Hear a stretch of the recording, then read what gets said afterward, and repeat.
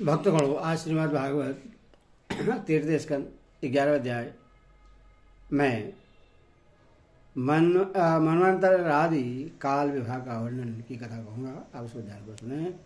भक्तगणों, भक्ति माँ भगवती चैनल को लाइक करें, सब्सक्राइब जरूर करें। कृष्ण भगवान आपका कल्याण करेंगे। कथा सुनिए। श्री मैत्री जी कहते हैं, विदुर जी, पृथ्वी आदि कार्यवाही का जो सूक्ष्मतम अंश है, जिसका और विभाग नहीं हो सकता, तथा जो कार्य रूप को प्राप्त नहीं हुआ है और जिसका अन्य परमाणु के साथ सहयोग भी नहीं हुआ है, उससे परमाणु कहते हैं। इन अनेक परमाणु के परस्पर मिलने से ही मनुष्य को भ्रमवश उनके ही समुदाय रूप एक अवयवी की प्रतीति होती है। यह परमाणु, जिसका सूक्ष्मतम अंश है, अपने सामान्य स्वरूप में स्थित उस पृथ्वी आदि कार्यों की एकता, समुदाय अथवा समग्र रूप का नाम परम महान है। इस समय उसमें न तो प्रलयादि अवस्था भेद की स्मृति होती है, न नवीन प्राचीन आदि काल भेद का भान होता है, और न घट पटादि वस्तु भेद की ही कल्पना होती है। साधु श्रेष्ठ, इस प्रकार यह वस्तु के सूक्ष्मतम और महत्वपूर्ण स्वरूप का विचार हुआ। इसी के सदृश से परमाणु आदि अवस्थाओं में व्याप्त होकर व्यक्त पदार्थों को भोगने वाले सृष्टि आदि में समर्थ अव्यक्त स्वरूप भगवान काल की भी सूक्ष्मता और स्थूलता का अनुमान किया जा सकता है। जो काल प्रपंच की परमाणु जैसी सूक्ष्म अवस्था में व्याप्त रहता है, वह अत्यंत सूक्ष्म है, और जो सृष्टि से लेकर प्रलय पर्यंत उसकी सभी अवस्थाओं का भोग करता है, वह परम महान है। दो परमाणु मिलकर एक अणु होता है, और तीन अणु से मिलने से एक त्रिश रेणु होता है। जो झरोखों में से होकर आई हुई सूर्य की किरणों के प्रकाश में आकाश में उड़ता देखा जाता है, ऐसे तीन त्रिश रेणुओं को पार करने में सूर्य को जितना समय लगता है, उससे त्रुटि कहते हैं। उससे 100 गुना काल वेद कहलाता है, और 3 वेद का एक लव होता है, और 3 लव को एक निमेष, और 3 निमेष को एक क्षण कहते हैं। 5 क्षण की एक काष्ठा होती है, और 15 काष्ठ का एक लघु, 15 लघु की एक नाड़ी का दंड कही जाती है। 2 नाड़िका का एक मुहूर्त होता है, और दिन के घटने बनने के अनुसार दिन और रात्रि की दोनों संधियों के 2 मुहूर्त को छोड़कर 6 या 7 नाड़िका का एक पहर होता है। यह याम कहलाता है। जो मनुष्य दिन या रात का चौथा भाग होता है, जो मनुष्य के दिन या रात का चौथा भाग होता है। 6 पल तांबे का एक ऐसा बर्तन बनाया जाए जिसमें एक परस्त जल आ सके, और 4 मासे सोने की 4 अंगुल लंबी सलाई बनवाकर उसके द्वारा उस बर्तन के पर्दे में छेद करके उससे जल में छोड़ दिया जाए। जितने समय में एक परस जल उस बर्तन में भर जाए, वह बर्तन जल में डूब जाए, उतने समय को एक नाड़िका कहते हैं। विदुर जी, 4 पहर के मनुष्य के दिन और रात होते हैं, और 15 दिन रात का एक पक्ष होता है, जो शुक्ल पक्ष और कृष्ण भेद से 2 प्रकार का माना गया है।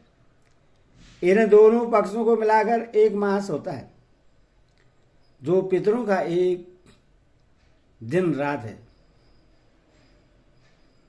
2 मास का एक ऋतु और 6 मास का एक अयन होता है। अयन दक्षिणायन और उत्तरायण भेद से 2 प्रकार का है। ये दोनों अयन मिलकर देवताओं के एक दिन रात होते हैं, तथा मनुष्य लोक में ये वर्ष या 12 मास कहे जाते हैं। ऐसे 100 वर्ष की मनुष्य की परम आयु बतलाई गई है। चंद्रमा आदि ग्रह, अश्वनी आदि नक्षत्र और समस्त तारामंडल की अधिष्ठाता कालस्वरूप भगवान सूर्य परमाणु से लेकर समस्त पर्यटन काल में 12 राशि रूप संपूर्ण भुवन कोश की निरंतर परिक्रमा किया करते हैं। सूर्य, बृहस्पति, श्रवण, चंद्रमा और नक्षत्र संबंधी महीनों के भेद से यह वर्ष ही संवत्सर, परिवत्सर, ईडावत्सर, अनुवत्सर और वत्सर कहा जाता है। विदुर जी, इन 5 प्रकार के वर्षों की प्रवृत्ति करने वाले भगवान सूर्य की तुम उपहारादि संप्रित करके पूजा करो। ये सूर्यदेव पंचभूतों से तेज स्वरूप है और अपनी काल शक्ति से विजाति पदार्थों की अंकुर उत्पन्न करने की शक्ति को अनेक प्रकार से कार्यमुक्त करते हैं। ये पुरुषों की मोहनी वृत्ति के लिए उनकी आयु का क्षय करते हुए आकाश में विचरते रहते हैं, तथा ये ही सकाम पुरुषों को यज्ञादि कर्मों से प्राप्त होने वाले स्वर्गादि मंगलमय फलों का विस्तार करते हैं। विदुर जी ने कहा, मुनिवर, आपने देवता, पितर और मनुष्यों की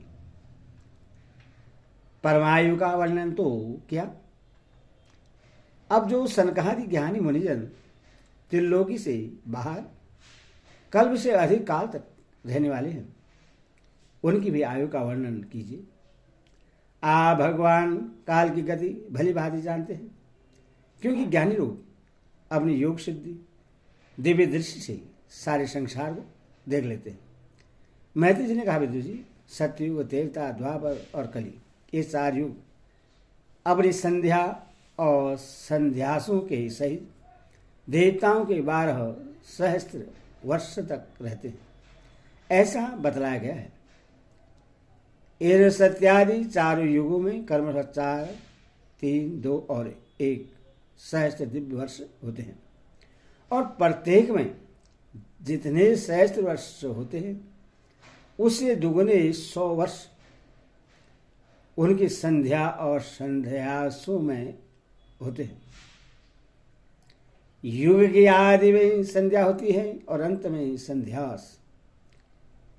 इनकी वर्ष गणना सैकड़ों की संख्या में बतलाई गई है।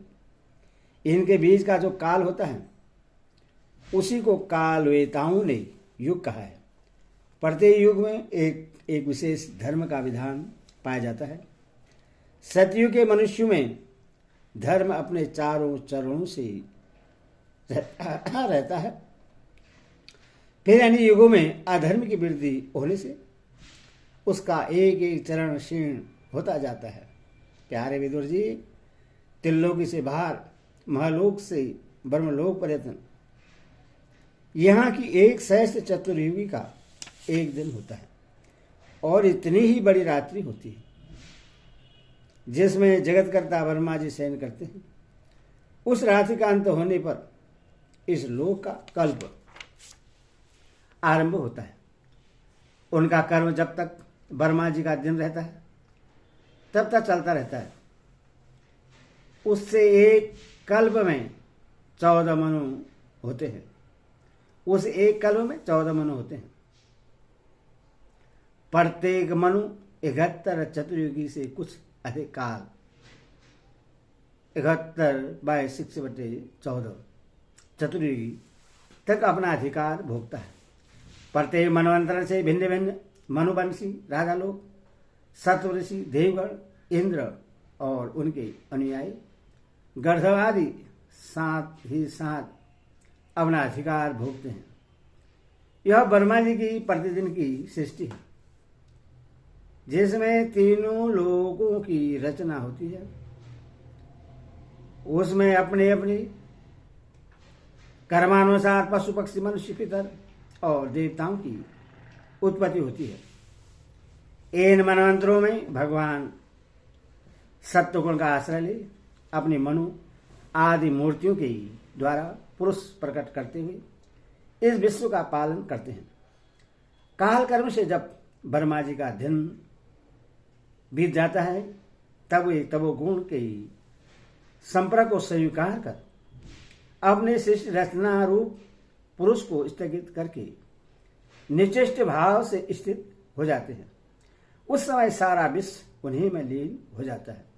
जब सूर्य चंद्रमादि से रहित वह प्रलय रात्रि आती है तब वे भुवः भुवः स्वः तीनों लोग उन्हीं ब्रह्मा जी के शरीर में छिप जाते हैं। उस अवसर पर तीनों लोग शेष के मुख से निकली हुई अग्नि रूप भगवान की शक्ति से जलने लगते हैं। इसीलिए उसके ताप से व्याकुल होकर भृगु आदि मुनीश्वर गण महलोक से जनलोक को चले जाते हैं। इतने में ही साधु समुद्र प्रलय काल की प्रचंड पवन से उमड़कर अपनी उछलती हुई उताल तरंगों से त्रिलोकी को डुबो देते हैं। तब उस जल के भीतर भगवान शेषाई योग निद्रा से नेत्र मोद कर शयन करते हैं। उस समय जनलोक निवासी मुनिगण उनकी स्तुति क्या करते हैं। इस प्रकार काल की गति से एक एक सहस्त्र चतुर्युग के रूप में प्रतीत होने वाले दिन रात के हेर फेर से ब्रह्मा जी की 100 वर्ष की परम आयु भी बीती हुई सी दिखाई देती है। ब्रह्मा जी की आयु के आधे भाग को परार्थ कहते हैं। अब तक पहला परार्थ तो बीत चुका है, दूसरा चल रहा है। पूर्व परार्थ के आरंभ में ब्रह्मा नामक महान कल्प हुआ था। उसी में ब्रह्मा जी की उत्पत्ति हुई थी। पंडित जन इन्हें शब्द गर्भा कहते हैं। उसी परार्थ के अंत में जो कल्प हुआ था उसे पाग कल्प कहते हैं। इसमें भगवान के नाभि सरोवर से सर्वलोकमयी कमल प्रकट हुआ था। विदुर जी, इस समय जो कल्प चल रहा है वह दूसरे परार्थ का आरंभक बतलाया जाता है। यह वराह कल्प नाम से विख्यात है। इसमें भगवान ने शुक रूप धारण किया था। यह दो परार्थ का काल अव्यक्त अनंत अनादि विश्वात्मा श्री हरि का एक निमेष माना जाता है। यह परमाणु से लेकर द्विपदार्थ पर्यंत फैला हुआ काल सर्वसमर्थ होने पर भी सर्वदा श्री हरि पर किसी प्रकार की प्रभुता नहीं रखता। यह तो देहादि में अभिमान रखने वाले जीवों का ही शासन करने में समर्थ है। प्रकृति, महत्वत्व, अहंकार और पंचतन मात्रा, इन 8 प्रकृतियों के सहित 10 इंद्रियां, मन और पंचभूत, इन 16 विकारों से मिलकर बना हुआ यह ब्रह्मांड कोश भीतर से 50 करोड़ योजन विस्तार वाला है तथा इसके बाहर चारों ओर उत्तरोत्तर 10-10 गुने 7 आवरण हैं। उन सब के सहित यह जिसमें परमाणु के समान पड़ा हुआ दिखता है और जिसमें ऐसी करोड़ों ब्रह्मांड राशि हैं, वह इन प्रधानादि समस्त कारणों का कारण अक्षर ब्रह्मा कहलाता है। और यही प्राण पुरुष परमात्मा श्री विष्णु भगवान का शेष धाम स्वरूप है। हरि ओम तत्सत, हरि ओम तत्सत, हरि ओम तत्सत।